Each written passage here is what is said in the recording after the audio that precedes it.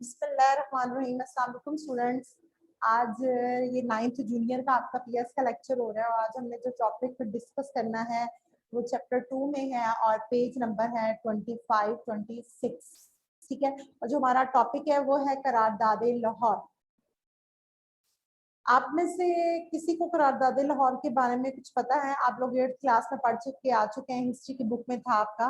किसी का कुछ आइडिया है करारदादे लाहौर के बारे में?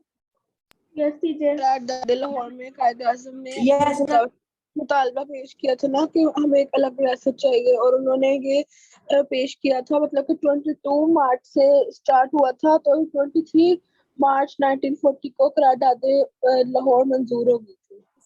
मैम ये इसने कायद-ए-आज़म ने नहीं पेश की। मुझे करारदादे लाहौर के बारे में और क्या जानते हैं आप लोग?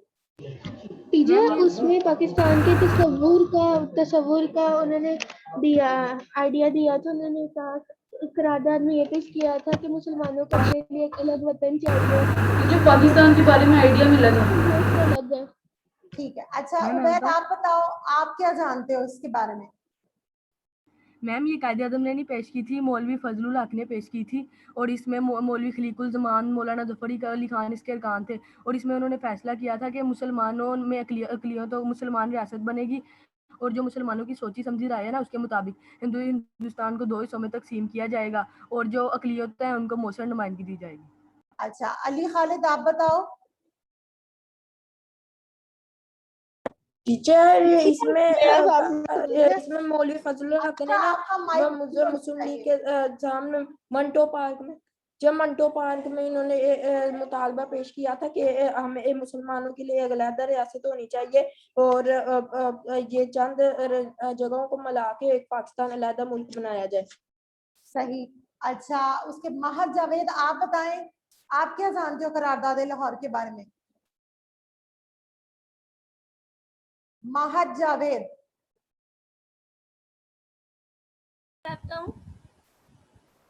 हाँ जी आमना आप बताएं। महद इसके बाद आपकी बारी है, आपने बताना है। हाँ जी आमना आप बताओ। इसमें इलामा मोहम्मद फजलुल हक ने वो 1900 करारदाद पेश की। आमना आपकी आवाज बिल्कुल भी नहीं आ रही। इसमें फजलुल हक ने करारदाद पेश की थी। ठीक है, इस करारदाद में क्या कहा गया था? कि मुसलमान एक अलग कौम है, वो हिंदुओं के साथ नहीं रह सकते। सही। हाँ जी महद आप बताएं। महद जावेद। Yes teacher. बताएं करारदादे लाहौर के बारे में आप क्या जानते हो, आपकी नॉलेज क्या है? टीचर मौलाना फजलुल हक ने आइडिया दिया था इसके बारे में कि पाकिस्तान और इंडिया अलग अलग हो जाएंगे। और क्या हुआ था? नूर फातिमा आप बताएं।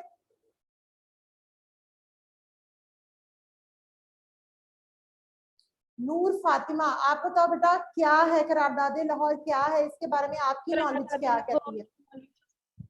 करारदादे लाहौर मौलवी फजलुल हक ने पेश की थी। इसमें कायद-ए-आज़म ने कहा था कि जो बरसगीर के शुमाल मगरबी और मशरकी हिस्से को जहाँ जहाँ मुसलमान आबाद हैं उनको मिलाकर एक अलग वतन बनाया जाए और मुसलमानों के हकूक़ का ख्याल रखा जाए।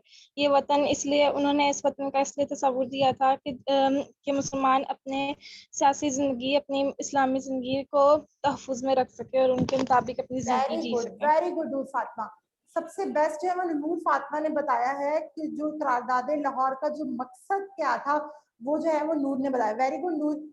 आज हम पढ़ रहे हैं करारदादे लाहौर। ये जो करारदाद है ये मुस्लिम लीग जो कि 27वां इजलास हुआ था उसमें जो है ये करारदाद पेश की गई थी। ये करारदाद जो है कब पेश की गई थी?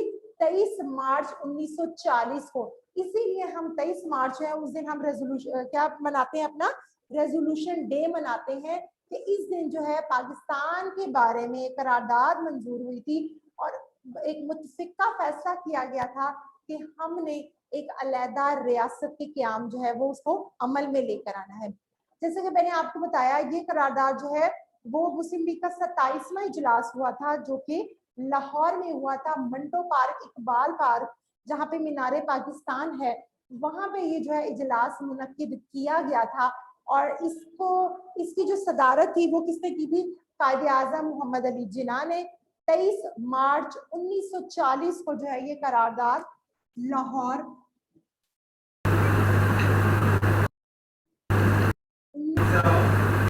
ये करारदाद जो है वो पेश की। बाहर अपना माइक म्यूट करें, अब आपका माइक जो है वो अनम्यूट नहीं होना चाहिए। तो ये जो करारदाद है 23 मार्च 1940 को ये करारदाद जो है वो पेश की गई थी और मुस्लिम लीग के 27वें सालाना इजलास में इसको पेश किया गया था और इस इजलास की सदारत जो है वो कायदे आजम मोहम्मद अली जिन्ना ने की, जबकि इस करारदाद को जो पेश किया था वो किसने किया था? मौलवी फजलुल हक, ठीक है, मौलवी ए.के. फजलुल हक, उन्होंने इस करारदाद को पेश किया गया था। अब इस करारदाद में कायदे आजम जो है उन्होंने क्या किया कि इस तकरीर में उन्होंने जो मुसलमानों के सियासी मसाइल है, मजहबी मसाइल है, माशरती मसाइल है, उनके ऊपर रोशनी डाली और साथ ही दो कौमी जो नजरिया है जो हम लोगों ने फर्स्ट चैप्टर में डिस्कस किया है उसके बारे में उन्होंने बताया कि दो कौमी नजरिया जो है वो क्या है। अब हम लोगों ने पिछले चैप्टर में डिस्कस करके आ चुके हैं कि दो कौमी नजरिया क्या है। आप में से कोई मुझे बताना चाहेगा कि दो कौमी नजरिया क्या है? Anyone else? यस टीचर, हिंदुओं को और मुसलमानों को अलग अलग दो कम्युनिटी में ये इसका था पॉइंट ऑफ व्यू कि उसमें ना मुसलमानों के और हिंदुओं के अलग अलग विरासत कायम कर दी जाए। जहाँ पे मुसलमान ज्यादा अक्सरियत में हैं उनको मिलाकर अलग विरासत कायम कर दी जाए, क्योंकि हिंदू हमेशा क्योंकि हिंदुओं का मजहब सकाफत हमसे बहुत अलग है। इसलिए कायदे आज़म ने कहा कि मुसलमानों के लिए एक अलग वतन कायम होना चाहिए, क्योंकि हिंदू मुसलमानों को मतलब कि उनके हकूक भी नहीं देते थे पूरे। इस वजह से हिंदुओं का हमारे से मजहब सकाफत भी अलग था और इस वजह से फिर दो कौमी नजरिया हुआ। दो कौमी नजरिया क्या है कि बड़े सगीर में दो बड़ी कौमें आबाद हैं, एक हिंदू और एक मुसलमान, ठीक है। काफी टाइम से वो साथ रह रही थी, लेकिन उनकी जो सोच, उनके रस्म व रिवाज, उनकी सकाफत, उनकी मजहबी अकायद, उनके माशरती तरीकाकार, वो सब कुछ डिफरेंट है। तो यही जो है वो दो कौमी नजरिए की बुनियाद है, ठीक है। अब कायदे आज़म ने, जैसे मैंने आपको बताया कि इस करारदाद में उन्होंने मुसलमानों के सियासी, माशरी, मजहबी और दो कौमी नजरिया जो था उस पर उन्होंने रोशनी डाली। उसको बड़ी डिटेल में उन्होंने बताया कि मुसलमानों के क्या मसाइल हैं, उनका अकीदा क्या है, मजहबी मसाइल क्या हैं, सियासी मसाइल क्या हैं, ये सारी चीजें उन्होंने इस जो है वो करारदाद में डिस्कस की। अब इस करारदाद का मतन क्या है, मतलब इसका मेन पॉइंट क्या है, इसका सेंट्रल आइडिया क्या है, इसकी समरी क्या है। अब इस करारदाद जो है इसमें ये तय पाया कि ऑल इंडिया मुस्लिम लीग कि पूरी बरसगीर में जो मुस्लिम लीग है उसकी ये मुत्तफिका राय है कि कोई भी आइन, ठीक है, कोई भी कानून, कोई भी आइन इस मुल्क में काबिले अमल और काबिल, किस मुल्क में? बरसगीर में, ठीक है, उसको तो ज्वाइन थे ना। तो उस मुल्क में कोई भी कानून, कोई भी एक्ट जो है उस वक्त तक, कोई भी आइन उस वक्त तक काबिले अमल और काबिले कबूल नहीं होगा जब तक वो इन बुनियादी असूलों पर मबनी ना हो। अब वो बुनियादी असूल क्या है कि वो इलाके जहाँ के मुसलमान अक्सरियत में है, जैसे कि हिंदुस्तान के शुमाल मगरबी और मशरकी हिस्से, वहां पे मुसलमानों की जो है वो अकलियत नहीं है, अक्सरियत है, ठीक है। ऐसे इलाके जहाँ पे मुसलमान अक्सरियत में है, जैसे कि शुमाल मगरबी हिस्से हिंदुस्तान के और शुमाल मगरबी और मशरकी हिस्से, वहां पे मुसलमानों की तादाद ज्यादा है, तो कोई भी कानून तब तक इस मुल्क में काबिल कबूल नहीं होगा जब तक वो इन असूलों पर मबनी ना हो कि जहां मुसलमान जो है वो अक्सरियत में है वहां उनको एक आजाद रियासत के तौर पर जो है वो उनको शक्ल दे दी जाए, जहाँ पे वो अपने मजहबी रसूमात, अपनी सियासी जो काम है, अपने माशी काम है, वो सारे अपने तरीके से अपने मर्जी के मुताबिक जो है वो अदा कर सके और इन्हें वहां पे मुकम्मल इक़्तिदार हासिल हो। और फिर ये भी कहा गया कि उन इलाकों में जो माइनॉरिटीज हैं, जो मतलब अक़लियतें हैं, उनके भी उसी तरह हकूक़ का तहफ़्फ़ुज़ किया जाएगा, उनको भी वही हकूक़ दिए जाएंगे, उनको भी वैसी ही मजहबी आज़ादी दी जाएगी जैसे कि वहाँ पे मुसलमानों को दी जा रही है।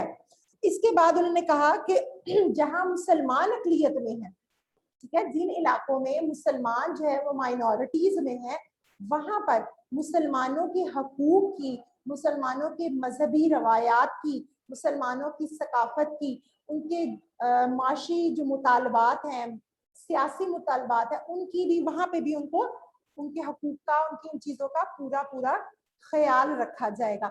मतलब बेसिकली कहने का मकसद क्या था इस करारदाद का कि जिन इलाकों में मुसलमान अक्सरियत में है उनको एक आजाद रियासत की शक्ल दे दी जाए और वहां पे मुसलमानों को आजादी हासिल हो, पूरा इक़्तिदार हासिल हो, जिस तरीके से चाहे अपनी लाइफ को गुजार सके। साथ ये भी कहा गया कि उन इलाकों में जहाँ पे मुसलमान तादाद में है, जहाँ पे मुसलमान का इक़्तिदार होगा, वहां पे जो माइनॉरिटीज हैं, जो अकलियतें हैं, हिंदू हो गए, सिख हो गए, ईसाई हो गए या और बुद्ध मजहब हो गए, जितनी भी वहाँ पे और कौमें अगर वो वहाँ पे मौजूद है तो उनके हकूक का भी उतना ही तहफ़्फ़ुज़ किया जाएगा, उनको भी उतनी ही आज़ादी दी जाएगी हर लिहाज से, चाहे वो मजहबी हो, सियासी हो, माशरती हो, तालीमी हो, उतनी आज़ादी हासिल होगी जितनी के मुसलमानों को उस एरिया में, उस खत्ते में हासिल है। इसी तरह जहां मुसलमान अकलियत में है, माइनॉरिटीज में है, वहां पे भी मुसलमानों के हकूक का, उनकी मजहबी, सियासी, सकाफती, तालीमी जो है वो हकूक का पूरा पूरा तहफ़्फ़ुज़ किया जाएगा। अब ये करारदाद जब कायद-ए-आज़म ने पेश कर दी, इस करारदाद का जो रद्द अमल आया वो क्या था?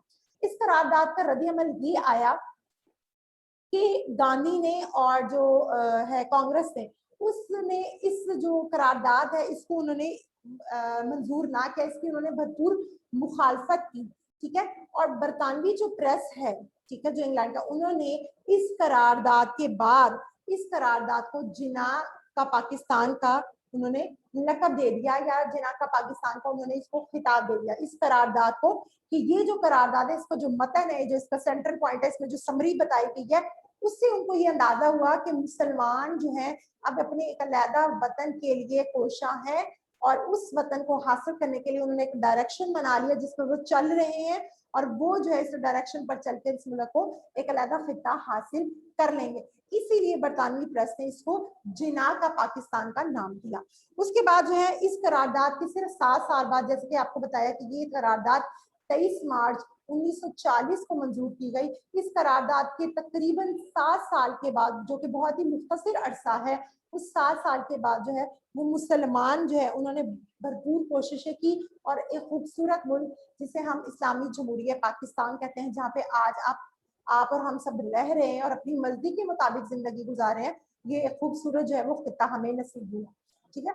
लेकिन हम लोग इस खिते की कदर नहीं कर रहे। मेन चीज है कि हम इस खिते की कदर नहीं, क्योंकि हम लोगों ने वो कुर्बानियां नहीं दी, वो जदोजहद नहीं की, वो कोशिश नहीं की जो हमारे फोर फादर्स ने या जो इस मुल्क के जो बानी हैं, जो रहनुमा थे, उस तक उन्होंने कोशिश की, क्योंकि हमें तो ये मुल्क मिल गया है, हमने वो स्ट्रगल नहीं देखी। क्योंकि जो इंसान उस चीज की कदर करता है जो उसने खुद स्ट्रगल से हासिल की हो, ठीक है, जो चीज उसको मिल गई हो आसानी के साथ, उस इंसान जो है वो उस चीज की कदर नहीं करता। ये आप लोग भी इस चीज को बखूबी जो है आपको इस चीज का इल्म होगा। जैसे फॉर एग्जांपल अगर किसी के पास जो है कोई उसको बुक चाहिए, न्यू क्लास में आप जा रहे हैं, आपको बुक्स का सेट चाहिए, तो आपको बड़ी वैल्यू होगी कि हाँ ये हमारी न्यू बुक्स हैं, हमने ये बुक्स लेनी है क्योंकि हम नई क्लास में प्रमोट हो रहे हैं और हमने जो है इसको पढ़ना है। आपको उस टाइम उस चीज की, उस बुक्स की कदर होगी। बट जैसे जैसे आप वो पढ़ते जाओगे उसको, आपको उस चीज की कदर कम हो जाएगी क्योंकि वो आपके पास है, ठीक है। तो जो चीज इंसान की वो कह लें कि फितरत है कि जो चीज इंसान से दूर होती है इंसान उसकी कदर करता है, बट जो चीज इंसान के पास है इंसान उस चीज की कदर नहीं करता, ठीक है। ये आज हमारा जो टॉपिक था करारदाद लाहौर, हमने इसको डिस्कस किया। आपको अगर इससे रिलेटेड कोई क्वेश्चन पूछना है, so you can ask any question one by one. Any question class? No teacher. अच्छा, नो टीचर। जैसे कि अभी हम लोगों ने 23 मार्च और ये करारदाद लाहौर को डिस्कस किया। आप मुझे ये बताएं कि ये करारदाद जो है ये कब मंजूर हुई, किस जगह मंजूर हुई, क्या डेट थी? आप में से आयशा, टीचर मैं बताऊं? लाहौर के इकबाल मिंटो पार्क में मंजूर हुई थी। आयशा काशिफ आप बताएं। टीचर मैं बता रही हूँ आपको, लाहौर के इकबाल मिंटो पार्क में मंजूर हुई थी। ठीक है, और डेट क्या थी? ओके 23 मार्च 1940 को। ठीक है, और इसको ये 23 मार्च जो है हम लोग सेलिब्रेट करते हैं। हम क्यों सेलिब्रेट करते हैं? क्योंकि रेजोल्यूशन डे के लिए रेजोल्यूशन डे था इस दिन। वो मान गए थे हिंदू, मतलब कि ना उन्होंने कायदे-आज़म ने मनवा लिया था कि मुसलमानों के लिए एक अलग रियासत का जो है वो मतलब कि चाहिए मुसलमानों को, तो इस पर वो मुतफ़िक़ा फैसला वो मान गए थे। और ये करारदाद मौलाना फजलुल हक ने पेश की थी कायदे-आज़म मोहम्मद अली जिन्ना की सदारत में। ठीक है, क्योंकि इस दिन जो है एक करारदाद पेश की जिसमें हमें एक विजन दे दिया गया, एक सोच मिल गई थी और एक रास्ता मिल गया था जिसमें हमने चल के जो है पाकिस्तान को हासिल करना था। और उस दिन करारदाद मंजूर हुई थी, इसलिए इसको वो जो है हम 23 मार्च को एज अ रेजोल्यूशन डे जो है वो पाकिस्तान रेजोल्यूशन डे जो है वो उसको सेलिब्रेट करते हैं। अच्छा आमना मतलब कि उस्मान, ये बताएं कि ये जो करारदाद थी आमना उस्मान, आप ठीक है, उस दिन ऐसा भी हुआ था ना कि कायदे-आज़म ने उनको एक आइडिया दे दिया था कि हमें अलग रियासत चाहिए, और उसके बाद से कायदे-आज़म ने जद्दोजहद शुरू कर दी थी कि अलग वतन के बिल्कुल लिए। बिल्कुल पेज नंबर 24 25 नहीं करना, 23 नहीं, वो नहीं, जो आपको जो टॉपिक कराए जा रहे हैं यहाँ के शॉर्ट सिलेबस के अकॉर्डिंग है, आपने वही करने हैं। आमना उस्मान, आप मुझे ये बताओ कि ये जो करारदाद पेश की गई थी ये मुस्लिम लीग का कौन सा इजलास था जिसमें ये पेश की गई थी? आमना उस्मान, मैं बताऊं? मैं आयशा बताऊं? टीचर मैं बताऊं? मैंने आमना से टीचर मैं बताऊं? तो जिससे पूछा जाए सिर्फ वही जवाब दे। आमना उस्मान, ये थर्ड, मुस्लिम लीग का कौन सा इजलास था जिसमें ये करारदाद जो है पेश की गई थी? ये तीसरा, तीसरा इजलास था? तीसरा इजलास तो नहीं था। हादिया, आप मुझे बताओ, हादिया आप बताओ कौन सा इजलास था मुस्लिम लीग का? एक्सक्यूज मी टीचर, मैं बताऊं? हादिया 27, एक्सक्यूज मी टीचर, आपकी आवाज ठीक तरह नहीं आ रही थी इसलिए मैंने सुना नहीं। ठीक है, ये मुस्लिम लीग का 27वां इजलास था जिसमें इस करारदाद को जो है वो पेश किया गया था। ठीक है, अच्छा मुझे ये बताएं उबैद, मिर्जा उबैद, आप मुझे ये बताओ इस करारदाद का जो मतन है वो क्या था? इस करारदाद का जो मतन है, जो इसका समरी है वो क्या है? उबैद मैम इसका मकसद क्या था? इसका मतन क्या था? जो समरी है वो क्या थी सारे करारदाद की? इसका मकसद ये था कि हमारा मुल्क पाकिस्तान क्याम में आए। हिंदुओं की तंग नजरी की वजह से मुसलमान बर्दाश्त नहीं कर पा रहे थे और यही मकसद था कि मुसलमान पाकिस्तान क्याम में आए। नहीं, वो तो ठीक है कि मुसलमानों को हिंदू बर्दाश्त नहीं, बस इस करारदाद का मतन क्या था, इसका पॉइंट क्या था कि कौन से इलाके हो? क्या मैं बताऊं? जी अली आप बताओ। इसका मकसद था मुसलमानों को हिंदुओं के जो जालिमाना रवैये से बचाना और उनके अपने इस्लाम को तहफ़्फ़ुज़ देना, उसकी मस्जिद।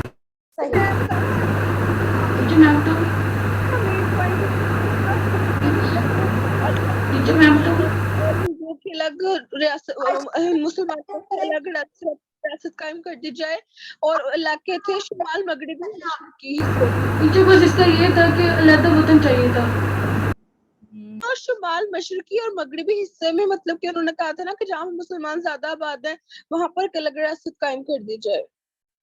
मैंने आपसे कहा है कि अपने माइक, जिससे मैं क्वेश्चन करूंगी सिर्फ वही आंसर दिया करें, आप सारे एकदम से बोलना स्टार्ट कर देते हैं। मरियम शहजादी, आप मुझे बताओ इस करारदाद का मतन क्या था?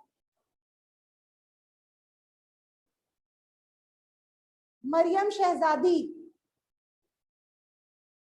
टीचर मैंने अभी भी ज्वाइन की थी। अच्छा नूर फातिमा, आप मुझे बताएं इस करारदाद का मतन क्या है?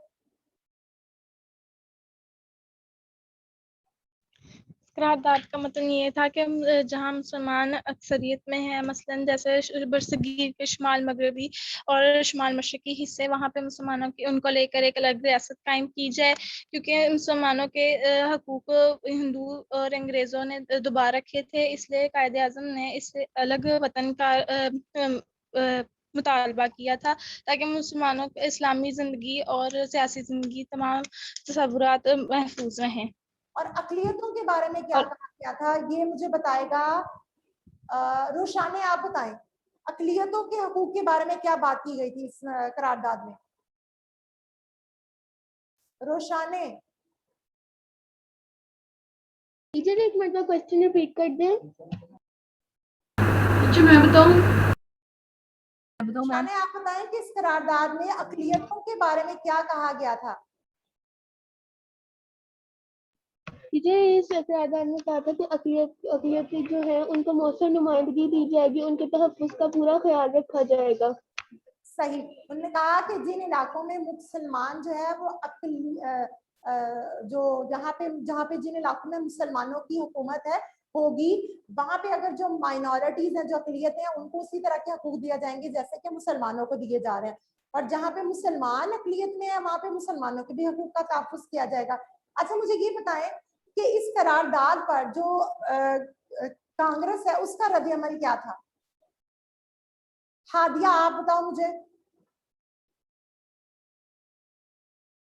हादिया, इस करारदाद पर क्या रद्द-ए-अमल था कांग्रेस का। फिर से बताया, आपने क्या बोला है? क्या कहा कांग्रेस ने इस पर, क्या रद्द-ए-अमल किया उन्होंने।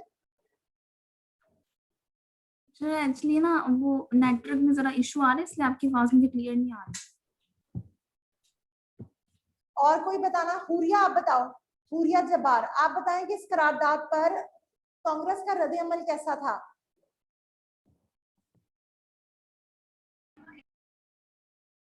मैं बताऊं? आयशा। नो, हुरिया बताओ।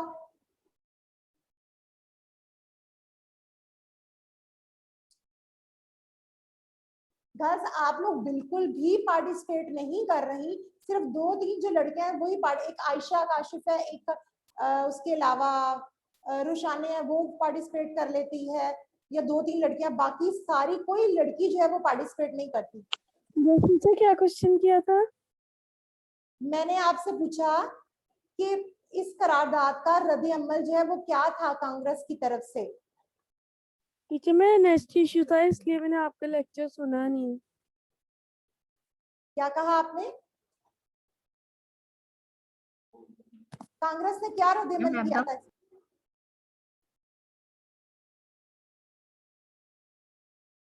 अली खालिद, आप बताएं। टीचर, जब ये करारदाद मंजूर हुई थी ना, तो गांधी और कांग्रेस ने बहुत कोशिशें की थी कि ये मुसलमान आज़ादी न हासिल कर सके, और उसके लिए उन्होंने भी कोशिशें शुरू कर दी। नहीं, कांग्रेस का रद्द-ए-अमल क्या था, मैंने ये पूछा। कांग्रेस ने इसकी हमायत की थी, मुखालफत की थी, क्या उनका रद्द-ए-अमल था, ये पूछा। मुखालफत की थी, very good.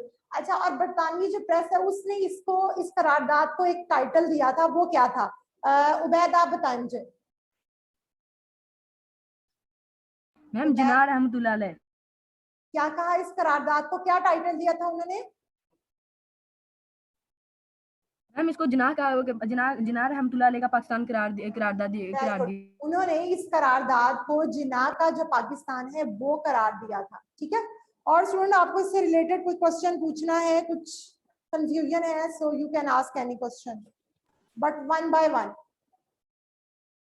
Yes, any question.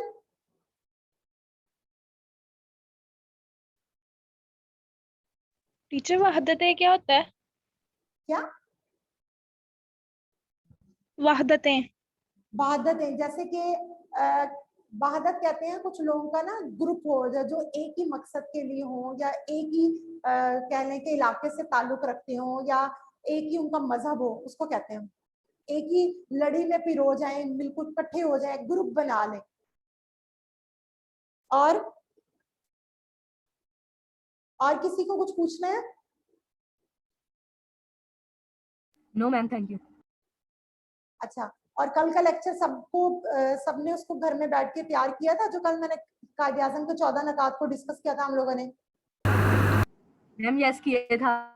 ठीक है, ओके। आप लोगों को जो असेसमेंट शीट जो है वो भी आप लोगों को कल परसों में आप लोगों ने आके ले लेनी है। और जो प्रीवियस है वो भी जमा करा देंगे, ताकि और कोशिश किया करें कि बाय सेल्फ जो है उसको लिखना है, आपने खुद लिखना है, कोई बुक वगैरह को आपने ओपन करके नहीं लिखना। ये आपकी असेसमेंट हो रही है, तो इसका मकसद यही है कि आप जो है खुद जो है उसको लिखें, ना कि बुक खोल के वहां से आपने उसको चीटिंग टीचर इसके मार्क्स वगैरह भी कोई हैं?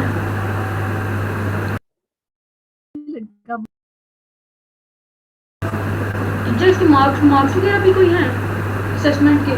जी बिल्कुल, इसके मार्क्स भी होंगे। सो बेहतर है कि आप इसको खुद लिखें, चाहे जैसे भी लिखें, लेकिन अगर बुक से देख के लिखेंगे तो उसका कोई फायदा नहीं है, ठीक है। वो आपका आप फिर अपने आप को भी धोखा दे रहे हो और जो है टीचर्स को भी धोखा दे रहे हो।